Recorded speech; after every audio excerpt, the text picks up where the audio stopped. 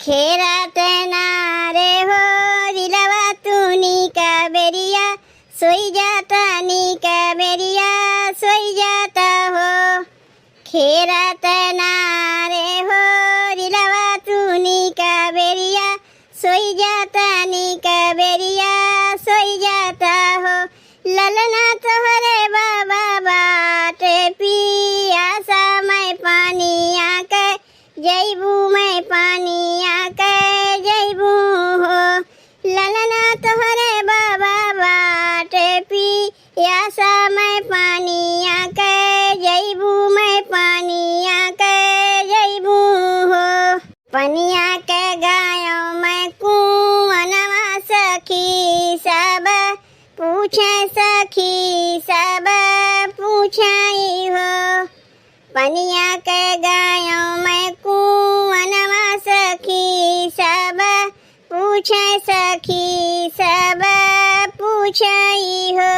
बहिनी बारह दीना के तोर ललनवा तू पानी आके आयु तू पानी आके आयु हो। बहिनी बारह दीना के तोर ललनवा तू पानी आके आयु तू पानी आके आयु हो।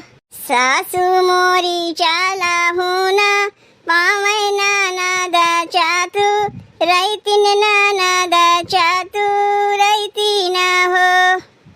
सासू मोरी चाला होना पावे ननद चातु रैतिन ननद चातु रैतिन हो। सखी पिया मोर बाटे पर देसवा मैं पानी आके आयो मैं पानी आके आयो हो।